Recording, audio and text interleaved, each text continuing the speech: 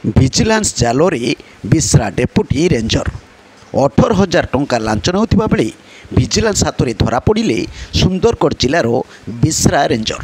ଘଟଣାଟି ଘଟିଛି ଗତ 20 ତାରିଖରେ।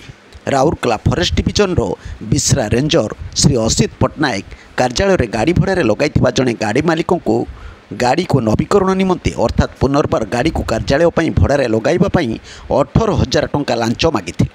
ଫଳରେ ଗାଡ଼ି ମାଲିକ ଏନେଇ ରାଉରକେଲା ଭିଜିଲାନ୍ସର ଦ୍ୱାରସ୍ଥ ହୋଇଥିଲେ। ଭିଜିଲାନ୍ସ ଶ୍ରୀ ପଟ୍ଟନାୟକଙ୍କୁ ଧରିବା ନିମନ୍ତେ ଜାଲ ବିଛାଇଥିଲେ।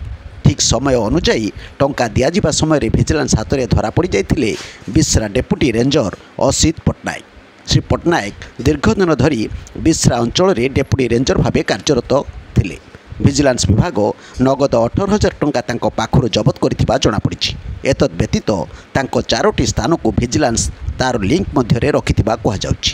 ଏହି ମର୍ମରେ ରାଉରକେଲା ଭିଜିଲାନ୍ସ ବିଭାଗ ପକ୍ଷରୁ PS case number 07-20-5-2025 under section 7 prosecution amendment act 2018ରେ ଏକ ମକଦ୍ଦମା ରୁଜୁ କରାଯାଇ ଭିଜିଲାନ୍ସ ଶ୍ରୀ ପଟ୍ଟନାୟକଙ୍କୁ ନିଜ ହେଫାଜତକୁ ନେଇ ଏ ବାବଦରେ ପଚରା ଉଚରା କରୁଥିବା ଜଣାପଡ଼ିଛି। ଶ୍ରୀ ପଟ୍ଟନାୟକ ଆସନ୍ତା 2027ରେ ଚାକିରିରୁ ଅବସର ନେଇଥାନ୍ତେ। ଦେଖନ୍ତୁ ତାରି ଚିତ୍ର।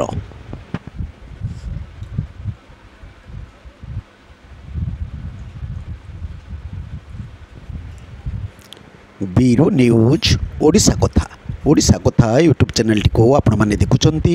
ମତାମତ ଦିଅନ୍ତୁ, ଲାଇକ୍ କରନ୍ତୁ, ସବସ୍କ୍ରାଇବ୍ କରନ୍ତୁ ଓ ସେୟାର ମଧ୍ୟ କରନ୍ତୁ।